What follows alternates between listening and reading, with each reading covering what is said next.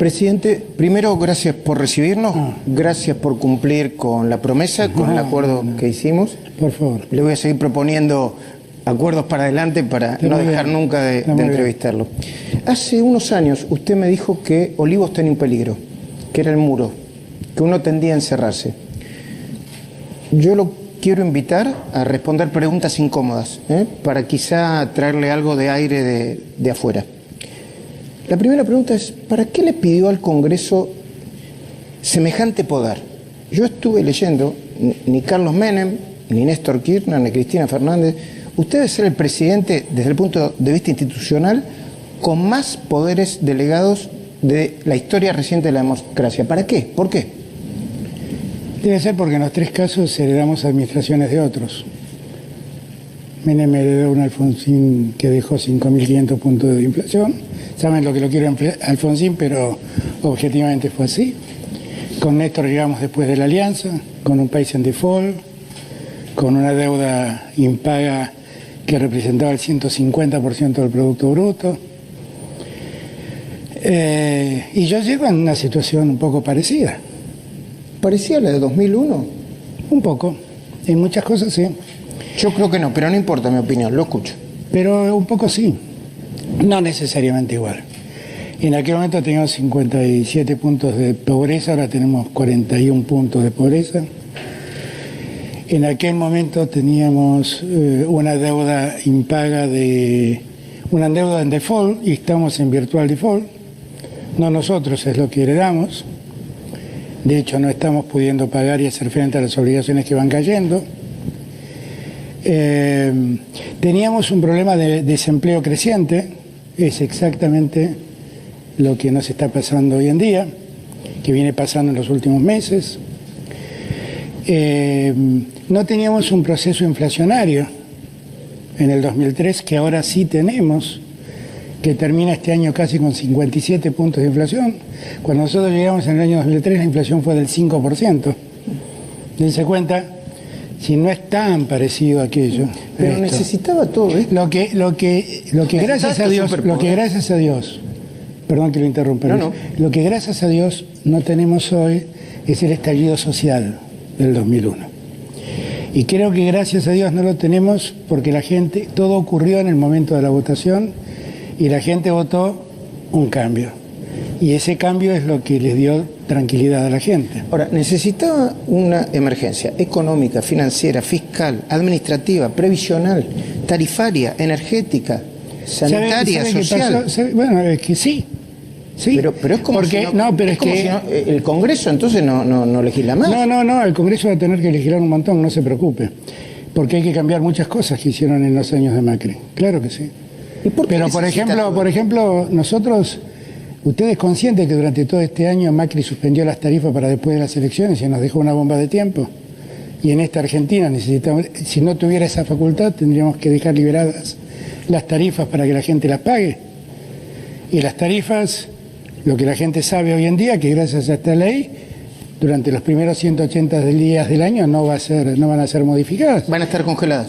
No van a ser modificadas, exactamente, y vamos a buscar un nuevo régimen tarifario, porque este fue un régimen tarifario que le sirvió a las empresas de servicios, de gas y de luz, que dolarizaron sus servicios.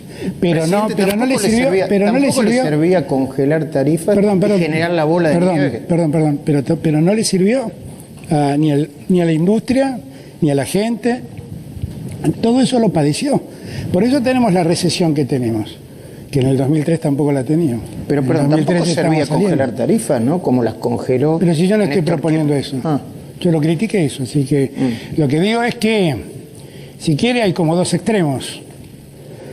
Admito que este extremo estaba más preocupado por la gente, que Cristina estaba más preocupado por la gente. Pero dejó una herencia importante también. No, dejó ahí un problema, en el tema tarifario dejó un problema que fue resuelto del peor modo. Usted me dice las empresas de energía. No solo las empresas de energía, las empresas que controlan las empresas, los entes reguladores. Esos entes hoy en día están en manos de las mismas empresas. Hasta hace poco, presidente de uno de esos entes era alguien que declaraba contra la Argentina en el CIADI a favor de las empresas. Eso es lo que teníamos. Ahora, yo lo que digo es, a mí me parece que todo debate es razonable, ¿no? Y todas las preguntas son pertinentes. Pero hablemos honestamente, hablemos sinceramente, porque el nivel de decadencia en la que estamos es muy grande. Yo la verdad es que quisiera no hablar de todo esto, quisiera hablar del futuro. Es que yo creo que tiene que hablarlo, ¿no? Quisiera hablar del futuro, pero el nivel de decadencia es enorme. Los chicos tienen sarampión porque dejaron de darle vacunas, Luis. Los chicos tienen varicela porque dejaron de darles vacunas, Luis, porque dejaron de comprar vacunas en el Estado. Eso es lo que nos está pasando y por eso hay una emergencia sanitaria. Ahora, usted tiene 11 facultades delegadas. Yo las leo y digo, es una especie de super presidente poderoso. Renegociación de la deuda. Lo podemos discutir una por una y hay que renegociar la deuda y necesita hacerlo rápidamente, ¿no? Entiendo. Pero yo quiero decirle a todos, para que sepamos, que mientras se estaba discutiendo esta ley, el día viernes cayó un nuevo vencimiento que tuvimos que postergar su pago. ¿Por qué? Digo, porque acá lo que no se está contando la verdad. ¿O acaso Macri con el reperfilamiento que mandó al Congreso no pedía lo mismo? Contemos toda la verdad. Acá lo que ha ocurrido es que en los últimos años la Argentina se endeudó en 2 años de un modo impactante, pero no solamente es que tomó mucha deuda que dijo pagar en muy poco tiempo y ahora caen los vencimientos y no hay cómo pagarlo. Bueno, la revisión de tarifas, la intervención de los organismos de control, la fijación de impuestos adicionales para bienes en el extranjero. Después, si quieren... No, yo eso no lo fijé, eso lo fijó el Congreso. Bueno, no, perdón, no es lo mismo. Pero son sus poderes. No son mis poderes, eso lo resolvió el Congreso, eso es lo que dice la ley. Todo el tema impositivo. Esto es para terminar también con la mentira de Cornejo. No se le pidió facultades para poner impuestos al Congreso, se le mandó impuestos para que el Congreso legisle sobre eso. Y dentro de esa ley de solidaridad y productividad en la emergencia económica hay artículos donde se crean impuestos. Por ejemplo, se corrige el impuesto a los bienes personales. Sí, a los bienes personales que si quieres podemos... Y se crea el impuesto a la compra de divisas. Puede emitir deuda, pero puede prorrogar las emergencias anteriores. O sea que usted termina la emergencia y usted se las puede prorrogar a usted mismo, la emergencia. Bueno, sí, pero usted sabe la dimensión, Luis, Yo tengo que confiar, yo lo considero un hombre democrático, lo conozco hace años, yo tengo que confiar en su estilo democrático, porque si quiere puede hacer lo que... pero cualquier cosa. No, usted, por ejemplo, está preguntando lo que se le viene en ganas. No. Y está bien. No, bueno, está muy bien. Mis dudas. Pero está muy bien. No tiene todo su derecho. Lo que quiero decir es, Luis, que hay cosas que yo siempre voy a respetar. Las facultades que me están dando es para administrar el caos.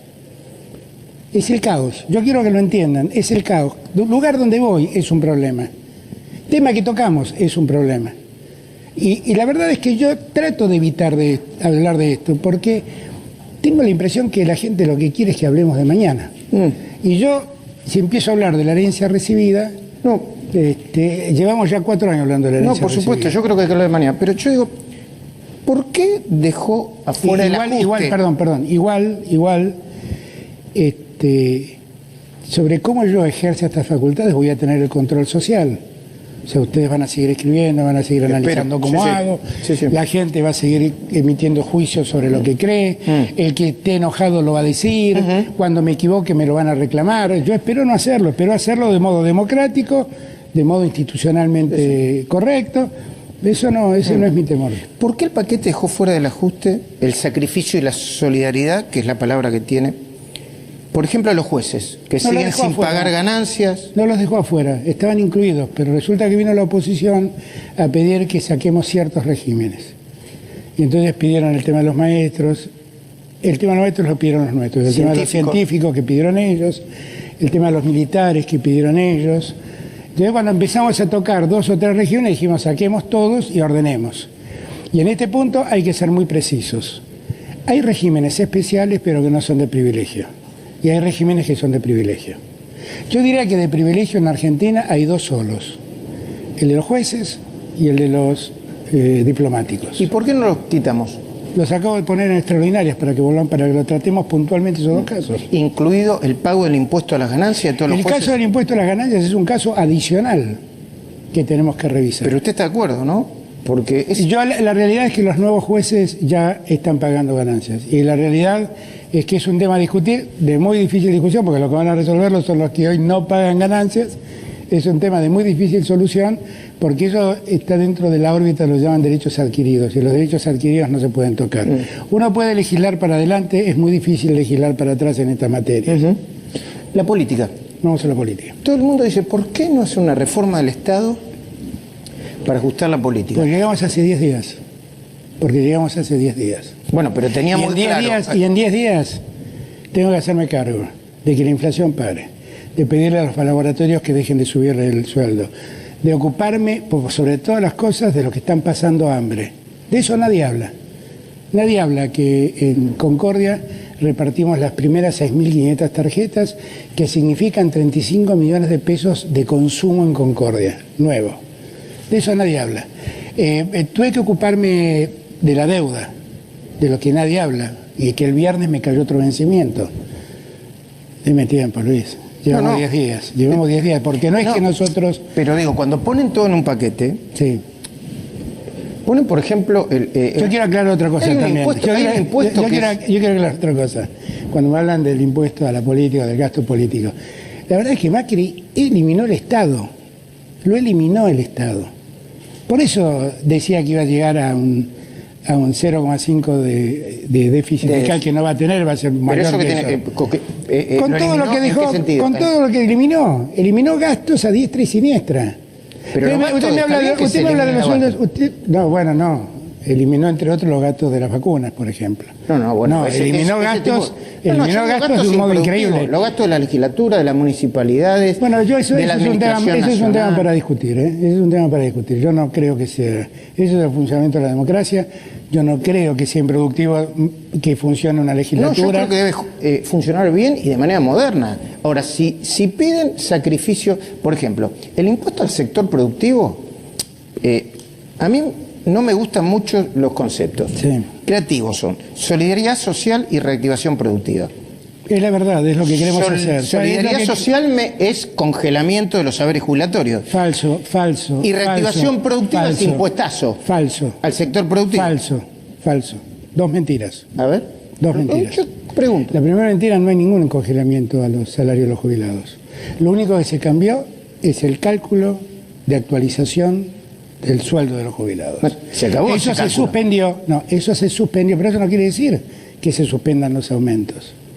Si en diciembre hubo un aumento, dimos 2 aumentos extras para diciembre y para enero, y en marzo va a haber uno nuevo. Sí, pero discrecional, el presidente, no por una fórmula votada por el Congreso. Es la fórmula que casi incendia a la Argentina. Es cierto. Es la fórmula que empezó, por la que empezó el final de Macri. Es cierto, pero hay que cambiar la fórmula. Y es eso lo que vamos a hacer. Si esa es la facultad que me han dado. No me han dado la facultad para pero no aumentar. Pero ahora no está cambiando la fórmula. Pero si acabo de llegar... No estoy congelando nada, Luis. Acabo de aumentar las jubilaciones. Luis, en diciembre aumentaron. A la base. A la mini. No, las jubilaciones aumentaron para todos. El casi 9% aumentó para todos. Eso fue en diciembre. A las mínimas les dimos un adicional de 5.000 en diciembre y 5.000 en enero. Y en marzo va a haber un nuevo aumento para todos. Entonces... No es así. Pero, yo creo que hay que dejar de macanearle a la gente, Luis. Pero, a ver, ¿para qué cambiaron la fórmula? Porque la fórmula era absolutamente imposible de sostener, porque era un sistema de indexación de la economía de unos tipos que no fueron capaces de parar la inflación en la Argentina y la multiplicaron por 2. Luis, a ver si caemos. De acuerdo. A ver si caemos, porque yo cuando pasó esto, y todos advertimos, no los escuché a ustedes decir, ¿por qué no le prestan atención a lo que dice Alberto Fernández? No, a mí lo que me parece... Yo pregunto eso, ¿por qué no le prestan atención? Es inviable pagar esta fórmula, pagar la fórmula que se votó. Ahora, ¿Qué fórmula se votó? La fórmula que se votó en 2007. La misma fórmula que muchos kirchneristas decían que era mataviejos. Perdón, esa fórmula era una fórmula que tenía en cuenta 2 aspectos. Cómo crecían los sueldos y cómo crecía la economía, que era cómo crecían los ingresos del Estado, que son los datos que hay que tener en cuenta para fijar una jubilación. Acá se cambió y se dijo, no, vamos a tener en cuenta un poquito cómo crecen los sueldos y cómo crece la inflación, porque estaban convencidos que habían parado la inflación. Sí, se fueron con 57 puntos de inflación. Ahora, lo mismo que le decían mataviejos, ahora defienden el congelamiento, aunque usted diga que no es congelamiento... Bueno, pero a ver, déjeme que cambiar un poco los roles. Sí. Le voy a hacer una pregunta, ¿por qué es congelamiento? Porque anula la fórmula de cálculo del aumento de los saberes jubilatorios. ¿Y eso qué tiene que ver con congelar? Bueno, porque decir que se anula la... No, interrumpe una política. No, decir que se anula una fórmula de indexación de los sueldos de los jubilados no quiere decir que los jubilados no van a tener aumento. Pero usted piensa que yo estoy loco. No, por supuesto. Que voy a tener a los jubilados que los han dejado en la miseria sin aumentarles el sueldo. No, quiero aclararle que el que está preocupado por los jubilados soy yo, no ellos que los dejaron como los dejaron, Yo estoy preocupado, no ellos que los dejaron como los dejaron. Por eso es que a mí me irrita lo que estamos hablando. Ahora, Alberto, ¿y cuándo se va a reformular esa ecuación para que tenemos 180 días? Okay. Y vamos a hacerlo cuanto antes. Pues no van a hacer la emergencia. No, yo no tengo ningún interés de tener discrecionalidad en una materia como esta, mucho menos. Pero tenemos que hacer las cosas sensatamente. Bueno, yo le hago una pregunta. Sí. Le hago una pregunta. ¿Cómo no? Resulta que nosotros llegamos y el mundo iba a explotar en 1000 pedazos y Maduro, éramos Maduro. Yo no dije eso. Y dijeron un montón de cosas. Sobre Maduro le tengo que preguntar porque... Pero ahora hablamos. Sí. Pero digo, dijeron un millón de cosas. Ahora nosotros lanzamos esta ley, damos la propuesta básica. Yo estoy de acuerdo, damos lo están haciendo para pagar la deuda y equilibrar el déficit. Perdón. Digo, presentamos el programa, presentamos un plan de económico y resulta que todos los mercados reaccionan bien. ¿Saben qué vienen los mercados? Racionalidad. Solamente racionalidad. ¿Vieron que va a pagar la deuda? Ven que hay un programa de crecimiento para pagar la deuda. Porque además hemos dicho hasta el cansancio, y lo voy a cumplir, que no van a pagar la deuda a los sectores más desposeídos. No voy a dejar que eso ocurra. Con todo respeto, presidente, programa de crecimiento todavía no veo. Veo. Llegué hace 10 días, Luis. No, por supuesto. Veo que le puso un freno de mano, intenta poner un freno de mano a la caída de la economía. No, Luis. Desindexar la economía. No, Luis. Ustedes ven lo que quieren. No, por eso vengo a preguntar. Pero la verdad es que en la ley esta que nosotros aprobamos, paramos los aumentos de tarifas que Macri dejó suspendidos y se escapó sin tocarlos. Postergó todo para después de las elecciones. Si nosotros aplicamos eso hoy, se termina la economía argentina para muchos argentinos. Usted me dice del sector productivo, le hemos dado a las pymes un plan para volver a reinsertarse en el funcionamiento de la economía increíble. ¿Con las moratorias? Sí, señor. Bueno, pero eso suponiendo que todas las pymes estén endeudadas. Yo le digo, un enorme número de pymes están endeudadas. Enorme número de pymes están endeudadas. ¿Pero qué van a tener que hacer? ¿Pagar una deuda prorrogada para eso? Con todo respeto. Pero es que esas pymes van a la quiebra, quiero aclararle. Bueno, sin eso van a la quiebra, presidente, Pero eso no es para crecer, Perdón, Luis. Es para aliviar. Perdón, Luis.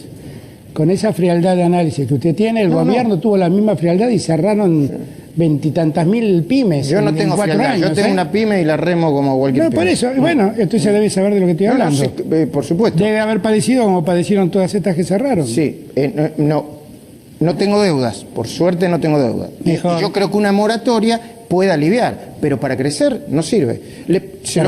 Perdón, si la moratoria van a la quiebra, si van a la quiebra, la economía se achica. Y se deja mucha gente desempleada. Con ese razonamiento, sí. Ahora, no hay otro. Bueno, es el único posible. Un impuestazo, porque para mí fue un impuestazo, a los sectores que más pueden pagar.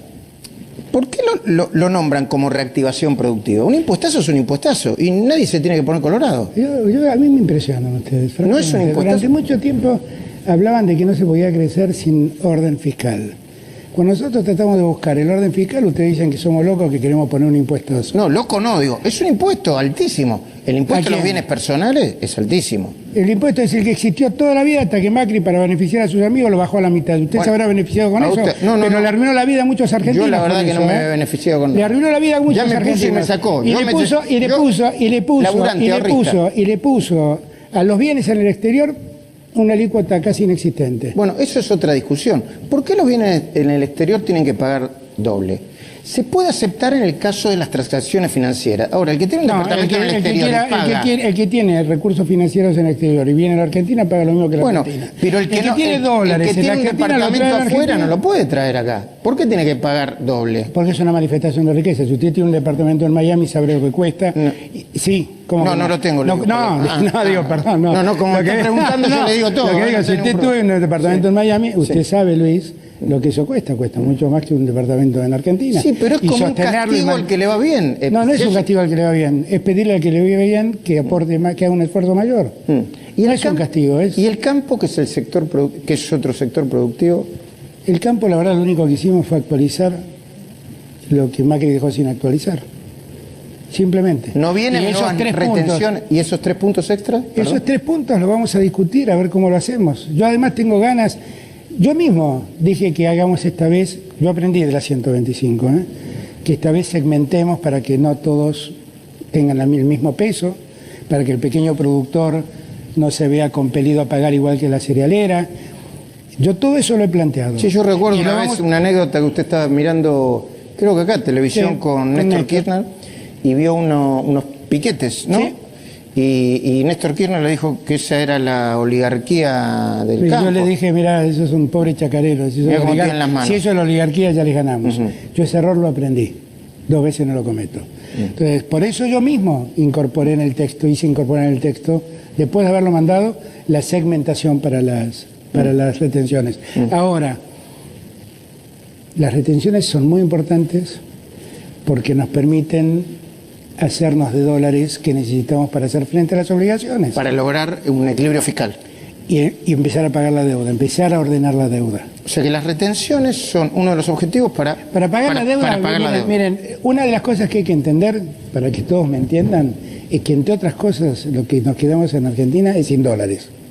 La Argentina se quedó sin dólares, Luis. Está bien. Eso pasó. ¿Y ahora? Termino. Sí. Yo lo veo muy propenso a hacerme preguntas, pero ténganme paciencia. La Argentina se quedó sin dólares. Se quedó con tan pocos dólares que Macri antes de irse fijó un cepo muy necesario, quiero aclarar. Muy necesario. Necesario. Sí, porque dejó ir todo. Se le fugaron 100.000 millones de dólares a Macri. Pidió prestado y dejó que todo se vaya. Al final, cuando se dio cuenta que era una hecatombe, puso el cepo. El cepo hoy en día permite comprar $100 por ventanilla y $200 por cuenta corriente. Eso demuestra los dólares que han quedado en la Argentina. La Argentina necesita que vuelvan a entrar dólares. Necesita. Y necesita que esos dólares formen parte de la reserva del Estado.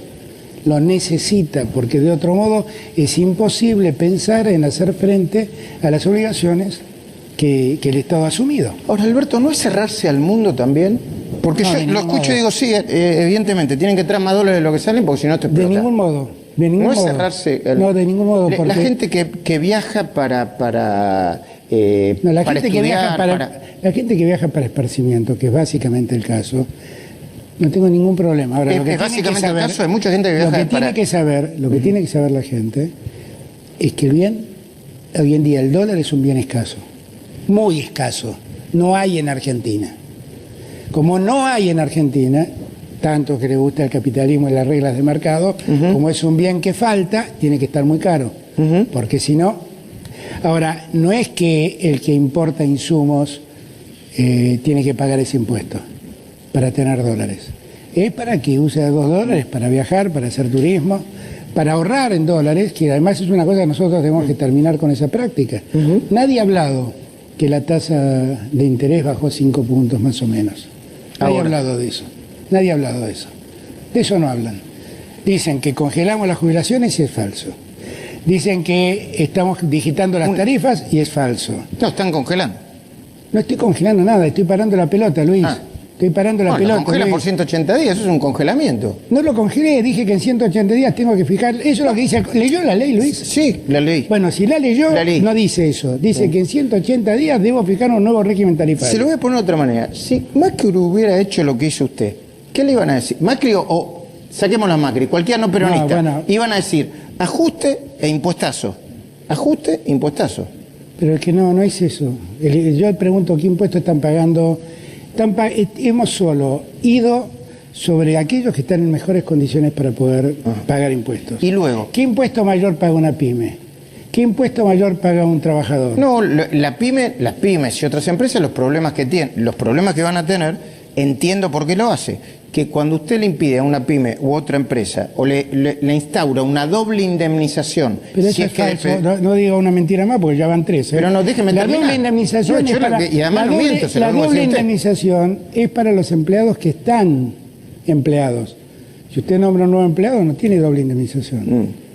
Entonces, explíquelo todo, porque si no, pareciera que... ¿Qué hicimos nosotros? Se lo planteo al revés. ¿Usted cree que esto qué parte del paquete genera crecimiento? Ahora, usted me podrá decir, mire que recién me estoy acomodando, pero ¿qué parte del paquete genera? Si vamos a dejar 100.000 millones de dólares en consumo, eso va a generar movimiento.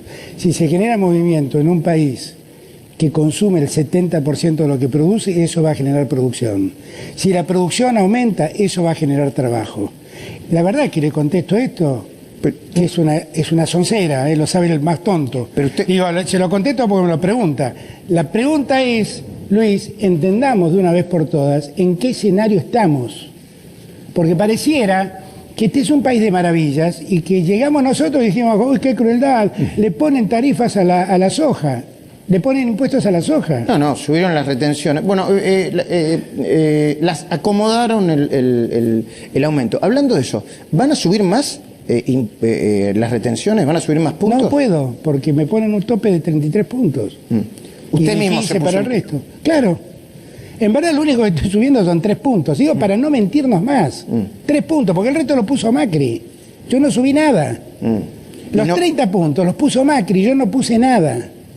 Y lo único que estoy haciendo es darnos el derecho a subir 3 puntos más, que, con ciertas obligaciones. Por ejemplo, eso debe ir en parte destinado a un fondo. A un fondo donde se vea el desarrollo agropecuario, donde se tenga en cuenta la infraestructura. Creo que el otro tema era algo vinculado al hambre, al desarrollo social. O sea, no es que yo con eso no puedo pagar deuda, por ejemplo. Lo tengo que ocupar para el desarrollo. ¿Qué plan integral tienen para crecer? ¿Es este o esto es fijar las condiciones mínimas para poder desarrollarnos? No podemos seguir desarrollándonos en el isloque en el que estábamos, Luis. La verdad es que a mí me impresiona porque parece que se hubieran olvidado, diría Kirchner, paracaidistas belgas que llegaron recién a la Argentina y no se dieron cuenta de lo que está pasando en la Argentina. La Argentina tiene 41 puntos de pobreza. Sí. Tiene una desocupación creciente. Sí, la recibió. Si usted quiere... A ver, no es importante mi opinión, pero yo creo que Argentina tiene la herencia de la herencia. Mire, yo he sido muy crítico con Cristina. Y criticaba 3 temas de Cristina. No la contaba. Criticaba 3 temas de Perdón, Alberto, no la contaba la pobreza, manipulaba. Escribí un artículo en el Diario de la Nación donde cuestionaba el ocultamiento de la pobreza. Entonces, no me diga eso. Pero en economía dijo 3 grandes problemas. Cristina, déficit fiscal, 1.8, hoy tenemos casi 6. Inflación, 23 puntos, hoy tenemos 57. Hay un lío con el déficit fiscal ese, porque algunos toman una cosa y otros toman otra cosa. Déficit primario. Yo tomo, ¿sabe qué? La presentación de los bonos que hacían Prat Gay y Caputo cuando en el año 2015 asumieron y fueron a pedirle plata al mundo. Tomo ese dato. Sí, pero no lo quiero interrumpir. Me decía 3 cosas. El tercer dato que yo... Bueno, la deuda externa no era un problema con Cristina. Éramos el país más desendeudado de la Argentina. No, la deuda era... La deuda, separar deuda externa e interna, la deuda es toda. La deuda total de la Argentina era 38 puntos del PBI. Era la deuda más baja de los países del mundo. Y era alta. ¿Cómo que era alta, Luis? Bueno, lo que dejó Cristina era una 38 puntos. ¿Sabe cuánta deuda había en moneda extranjera? 13 puntos del PBI. Luis, hay que estudiar eso. No, yo lo estoy Hay que estudiar eso, Luis, porque si no nos olvidamos. No, a mí lo que me molesta son los títulos rimbombantes, desendeudamiento, solidaridad, y después resulta que podemos criticarle a Cristina muchas cosas, pero si Néstor y Cristina hicieron algo fue desendeudarnos. Pero la deuda pública continuó, el Estado seguía teniendo deuda pública, el CIADI... Pero no me está escuchando. Sí. La deuda pública argentina, el 10 de diciembre del año 2015... era 38 puntos del PBI. La deuda en dólares ese día en la Argentina era 13 puntos del PBI. ¿Y ahora cuánto es la deuda total? 95% del PBI. ¿Del PBI? 95%. Sí. Por supuesto es un problema. Sí. Y eso va a ir creciendo, porque van cayendo intereses que no estamos pagando y demás. Dos herencias, la de Cristina y la de Macri. Sí. ¿Cuándo empieza un plan integral para crecer? Ya empezó. Pero como seguimos hablando del pasado, no podemos hablar del futuro, pero ya empezó. Ya empezó. Nosotros estamos cumpliendo estrictamente lo que dijimos en la campaña. Nosotros esta semana vamos a empezar a hablar... Mire que van a decir que dijo en la campaña que le aumentaba el 20% de los jubilados inmediatamente y ya van a decir que lo incumplió. Bueno, relativamente los 5.000 pesos sobre una jubilación mínima, si usted toma en cuenta los 10.000 pesos que dimos en enero, es casi eso. Para la mínima. Y para las mínimas. Igual de todas maneras en marzo va a haber nuevos aumentos. Y lo que yo quiero es que dejen de perder como han perdido en los 4 años que pasaron. En 4 años Macri, en términos reales, hizo caer la jubilación un 20%. Y yo voy a garantizarles que ese 20% lo van a ir recuperando. Pero llevo 10 días, Luis. Entiendo. No llevo 10 años. Entiendo. Llevo 10 días, Luis. ¿Nos ubicamos? Sí. Llevo 10 días. Entonces, lo que nosotros necesitamos, de aquí en más, es ir organizando la economía. Nosotros hemos sentado las bases de esto que a Martín Guzmán le gusta llamar tranquilizar la economía. Tranquilizarla.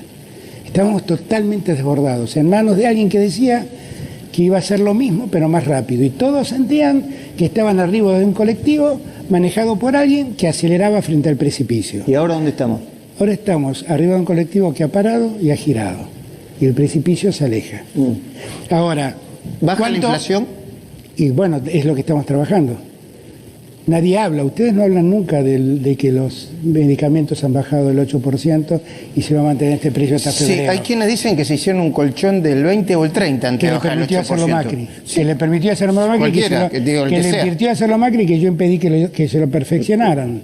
Cualquiera, pero si hicieron un colchón del 20%... Lo mismo estoy trabajando con las alimenticias y con los supermercados. Lo mismo estoy trabajando. La ley de góndolas tiene el mismo sentido. Que dejen de acordar los supermercados con poner en los lugares de privilegio a los precios más caros y mandar al escalón de abajo los que más le conviene comprar a los argentinos. Ahora, 10 días llegó. No, está bien. Nosotros necesitamos volver a hacer que la Argentina consuma para que la Argentina vuelva a producir. Y produciendo vamos a tener más trabajo. Presidente, así como puso la doble indemnización para evitar más despidos, ¿no podía poner en ese acuerdo económico y social una invitación a los sindicatos para que cambiaran la cláusula la cláusula que permite revisar los convenios de ultraactividad? Todos los convenios son revisables. No, si tiene una cláusula de ultraactividad... No, pero eso en todo caso lo que dice es que la ultraactividad lo que permite es regir para lo pasado. No se necesita modernizarlo. Pero yo creo que eso ya no existe más, se lo digo con toda franqueza. O sea, no existe más que, perdón. Porque en la negociación eso no se está permitiendo. No se están permitiendo que los acuerdos rijan para el pasado. Se permiten que los acuerdos rijan para adelante. Eso por ahí es una regla que quedó escrita en algún convenio. Pero yo lo que quiero decirle, Luis, es que los convenios son la herramienta ideal para que trabajadores y empresarios entiendan cómo deben colaborar para poner en orden también ellos la economía. No se trata de cuánto piden los trabajadores. Yo creo que la mejor Argentina es la que le dio derechos a los trabajadores. Pero cuando esos derechos se convierten en privilegios empieza a ser un problema. Ahora, esos privilegios se resuelven en una negociación colectiva. ¿No es pasarse de la raya plantear al sector privado que usted le diga al sector privado cuánto tiene que aumentar? Pero yo no lo voy a decir, le voy a decir cuál es el mínimo. Lo que voy a plantear es fijar un piso, para que no haya un exceso del sector privado. ¿Y cuál va a ser ese piso? No lo sé, tenemos que hablarlo. Yo tengo reuniones con el sector privado, mañana me reúno con el campo, después tendré reuniones con otros sectores. Hablo permanentemente con empresarios. Estuve días atrás almorzando una EA, hablo permanentemente con el sector empresario y también con los que trabajan. ¿No le parece demasiado sugestivo, usted que tiene capacidad de análisis, que todavía no tiene... 10 días, ¿no? Yo digo 10 días, hoy cumple 10 días, lo tengo claro. Y ya casi no quedan presos exfuncionarios kirchneristas. ¿Esa es una pregunta que usted se hace? Yo me lo pregunto, sí. ¿Y usted nunca se preguntó por qué estuvieron 4 años presos gente que no tenía condenas? Muchas veces me lo pregunté, sí. Algunos creo que... Entonces ese es el problema. Sí. No me pregunten a mí eso. Primero, yo no tengo nada que ver, es una decisión de los jueces. Segundo, así funciona la justicia. Tercero, no se avergüence porque están libres, se avergüéncese porque durante 4 años estuvieron presos sin condena. No, eso debería darle vergüenza. Yo no me avergüenzo, yo quiero saber cómo funciona la justicia. No que los liberen, que los liberen, debieron haberlos liberado hace 4 años. Quizá algunos sí, otros no, hay que revisar caso. Yo revisaría caso por Yo lo caso. que le digo es que cuando yo dije eso, ustedes me acusaron de antirrepublicano que se quería meter con los jueces. ¿Cuándo? Cuando criticó a los jueces. Cuando yo dije hay que revisar caso por caso, sí. Y no hay que generalizar. No, a mí no me gustó que nombrara a los jueces con nombre y apellido. Porque sí, esos son los jueces que mantuvieron muchos años presos a toda esta gente. Pero a mí y siendo presidente menos todavía, no me parece. Me parece a mí lo que me parece injusto, Luis, es generalizar. La justicia federal funciona mal, pero no todos los jueces federales funcionan mal. Algunos jueces federales han hecho este tipo de cosas. Pero en verdad lo que debería pasarnos es asombrarnos que gente sin condena haya estado 4 años presa. Bueno, está la mitad de los presos en la Argentina. Eso también debe no solamente los políticos, porque pero si yo le pregunto por los políticos. Pero yo le pregunto por lo que usted me pregunta. No, está bien. Bueno, pero la verdad, efectivamente, de eso debe preocuparnos. Sí. Y la política la política no se preocupa por los presos comunes que siguen. No, sí, yo me preocupo. Yo me preocupo. Si usted estuvo el día en que le hicimos un homenaje a Esteban Rí en la Facultad de Derecho. No estuve, pero sé el contenido, sí. Ahí yo dije que Esteban siempre nos decía que un Estado se mide por el modo en cómo trata las cárceles y cómo trata a los presos. Y finalmente un Estado es más de derecho o menos de derecho si uno tiene en cuenta eso. Yo me voy a ocupar de eso. ¿Por qué puso en la AFI una interventora? Primero voy a hacer esta aclaración. Creo que fue una muy buena jueza en el caso... Fiscal. Una muy buena fiscal en el caso de Mariano Ferreira. Yo he seguido ese caso y fue impecable. He leído el expediente, fue impecable. Pero ¿por qué puso a intervenir en la AFI una interventora, Cristina Camaño, que se reivindica como una mujer de la justicia que apoya un proyecto partidario? Porque la verdad, ella en verdad no apoya un proyecto partidario. Ella es parte de un movimiento dentro de la justicia que en todo caso, si quiere, tiene una mirada de país parecida a la nuestra. Ahora, ¿y los que están en la Asociación de Magistrados cómo es? No sé, yo por eso no los conozco. ¿Qué es lo que hacen? Que ustedes solo miran justicia. No, si afectan los dictámenes y la decisión está mal. Si afectan claramente, sí. Pero yo escuché decir... Yo ya tuve varios problemas con la Asociación de Magistrados. Pero empezó diciendo, con toda razón, que Cristina Camaño era una gran fiscal. ¿Sí? Es una gran fiscal. ¿Qué tuve en cuenta de Cristina Camaño? Su honestidad intelectual, su capacidad y su coraje. Eso es lo que hace falta para hacerse cargo de la AFI. ¿Y de Félix Kraus? Félix Kraus es un extraordinario fiscal, de una conducta impoluta, al que nadie puede imputarle nada, salvo ser de justicia legítima, que eso parece ser muy grave. Así como Laura Alonso era una titular de una oficina anticorrupción identificada con un partido político, Félix Kraus también. Félix Kraus nunca se enamoraría de mí. Y Félix Kraus es un abogado.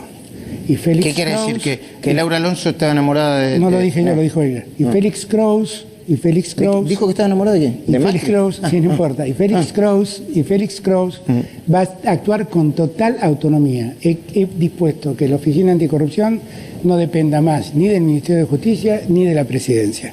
Y que funcione con total autonomía. Y voy a darle todos los recursos que necesite para que de una vez por todas terminemos con este tema. ¿Quién se hizo cargo? No un licenciado en Ciencias Políticas, un fiscal de la República, sobre quien no pesa ninguna mancha. Ninguna mancha. Ahora, si la mancha es que es de justicia legítima, bueno. Mire, capaz que si nombraba uno de la Asociación de Magistrados, me diría, no, pero ¿cómo nombrás uno de la Asociación de Magistrados? Y si nombrara uno de la Asociación de Fiscales o de los... ¿Cómo se llama esta organización nueva que es de los jueces federales? Me dirían, pero es esa organización. ¿Vio la película Tierra Arrasada de Tristan Bauer? Vi partes, no la pude ver entera. Con todo respeto, me pareció muy grieta, muy... Es una mirada. Sí, es una mirada que no... Debo confesar que es muy parecida a la que yo tengo. Ajá, pero no ayuda, no ayuda. No, pero lo que creo es que no hay que seguir mirando para atrás, pero es una mirada. También quiero decirle, leo todos los días editoriales que no ayudan, ¿eh? Todos los días escucho editoriales que no ayudan. ¿De acuerdo? Ahora, es una mirada sí. Que íntimamente me parece una mirada... Lo que pasa es que es la película del ministro de Cultura, no es una... Es una mirada, bueno, a mi juicio, bueno, pero él es un cineasta antes de ser ministro de Cultura. Sí, un cineasta, con todo respeto, militante. Un cineasta militante. Bueno, que texto lo que piensa con nosotros, y lo que estaban con, lo que todos que aplaudieron a Macri no eran militantes. No, los que apoyaron a Macri serán militantes de Macri, sí, y está mal también. ¿Qué sé yo? Pero nadie los escucha decir que son militantes. No, bueno. En el caso de Tristán Bauer es mi mirada. Una de las cosas que hay que hacer es terminar con estos preconceptos. Sí, para superar esa grieta que a usted y a mí nos preocupa. ¿Cuánto hace? 10 días hace que usted no sabe en 10 días la paciencia que estoy teniendo. Y mucho, me imagino, no soy importante. No, y le creo, y hay que terminar con esa locura. Ahora, esto es la mirada de un muy buen cineasta, que es Tristán Bauer, que yo quiero serle franco. Es una mirada que yo comparto. Después podemos discutir si tiene sentido o no en este momento mostrar tan descarnadamente lo que nos ha pasado. Pero quiero ser también justo.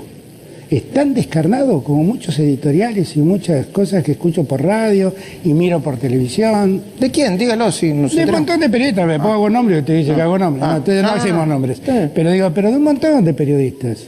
Que hacen... Mire, hoy me cansé de leer artículos que decían que congelamos las jubilaciones. ¿Dónde congelamos las jubilaciones? La fórmula se congeló. No se congeló, la fórmula se suspendió. Bueno, es un concepto, se suspendió. Pero no es lo mismo, porque si usted dice van a congelar los sueldos de los jubilados piensan que hasta junio nadie le va a reconocer un aumento, y no es verdad.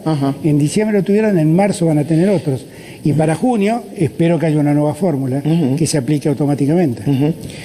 Otro informe de Bachelet contra la dictadura de Maduro en Venezuela se conoció en las últimas horas. ¿Cuál es su mirada sobre eso, si tuvo oportunidad de verlo? No pude verlo. Pero la verdad es que eso nos preocupa. Claro que nos preocupa.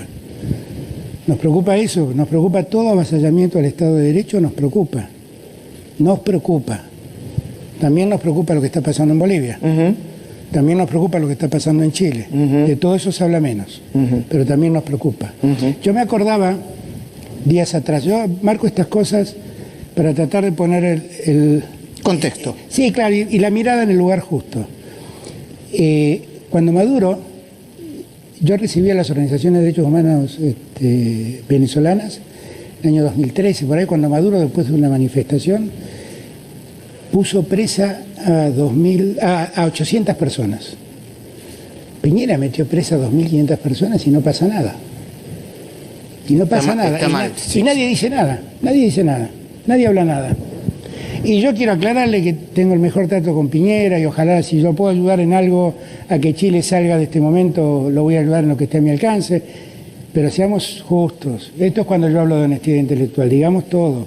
Si Maduro ha avanzado sobre los derechos individuales de los venezolanos, me va a tener a mí reclamando por esos derechos individuales, claramente. Unos últimos minutos y agradeciéndole. Preguntas políticas personales. Ya que es la primera entrevista. Sí. Estamos en su casa, en la Quinta Oliva, vendría a ser la casa de descanso de no, es la casa de vivienda. De vivienda del presidente. ¿Está cómodo acá? Sí, bueno, es lindo, es grande. ¿No? Si yo estoy incómodo, que le queda al resto de los argentinos. No. Esto es cómodo. ¿Usted goza o sufre el poder? ¿Lo disfruta? No, lo ejerzo. Ni lo gozo ni lo disfruto. El que lo goza se excede. ¿No? El que lo padece termina haciendo mal las cosas. No es ni para padecerlo ni para gozarlo, ni para disfrutarlo, porque es algo que exige mucha responsabilidad, es solamente para ejercerlo. ¿Cuándo desconecta? ¿A qué hora se levanta? ¿A qué hora se acuesta? Me estoy acostando tipo 2:30, 1, y me estoy levantando tipo 7:30. ¿Duerme derecho? Sí. Perdón, ¿toma algo para dormir? Soy medio enemigo de esas cosas, ¿no? Pues siempre tengo la impresión que genera adicción. No sé si es verdad o no, pero por ahí es una soncera mía. Los que saben dicen que sí. ¿Cuánto cree que le puede durar su idea, creo que todavía la está haciendo, de ir manejando su propio coche y cargar nafta como hacía antes? Me cuesta mucho hacerlo. Tengo una anécdota muy divertida. ¿Quiere que le cuente? Por favor. Para distender al final. El día de la Asunción decidí ir con mi auto. Me preguntaban qué auto me mandaban, que yo digo, no voy a ir con mi auto, voy a llegar manejando yo. y me voy a ir manejando yo. Entonces llegué con mi auto. Un símbolo dijeron eso. Me llegué manejando yo. Yo dije, vamos a hacer una cosa a la uruguaya. Dije, vamos a hacer una cosa a la uruguaya. Y entonces yo admiro mucho cómo funciona en Uruguay la convivencia entre todos. Y ahí llegué feliz manejando mi autito, saludaba con una mano manejaba, con otra saludaba, llego a casa al Congreso. Cuando salgo con la misma idea, pero me dicen, no, mira que hay mucha gente, déjame a mí, me dice Daniel, un colaborador mío, déjame que yo manejo y vos andás atrás saludando. Me destruyeron el auto. Me lo destruyeron. Se lo volvieron todo. Claro, Alberto, presidente. Sí. Me destruyeron el auto. Sí. Bueno, por lo menos no le pegaron en la frente como a Néstor. No, fue buenísimo. Entonces lo llamo a Pepe. A Pepe Mujica lo vio la tarde y le digo, mira, quise hacer la gran uruguaya y mirá cómo me salió. Y me dice, buen chabón, sos un chambón, vos tenés que darte cuenta que no eran uruguayos los que estaban afuera del auto. Claro. Pero es una cosa para que aprendamos. Igual ahora me cuesta mucho manejar mi auto, esa es la verdad. Me cuesta mucho manejarlo. ¿Cómo cuida su salud? ¿La cuida? Sí. ¿Hace dieta? ¿Está haciendo dieta? No lo estoy haciendo, pero debo hacerlo. Ajá. Deje de retarme, todos me dicen lo mismo. No, yo se lo digo todos me dicen lo mismo, tienen razón. ¿Hace ejercicio? Bueno, acá sí empecé a hacer ejercicio porque acá me es más fácil. Ajá. Acá me es más fácil. En la calle. No, la verdad es que por ahora estoy caminando y andando mucho en bicicleta acá adentro. Ajá. ¿Se psicoanaliza? No. ¿Nunca? Nunca.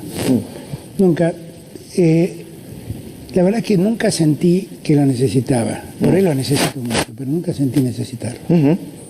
¿Cómo está evolucionando su vínculo político y personal con Cristina? Muy bien. Muy bien. Es muy difícil de explicarlo y tal vez es más difícil de entenderlo.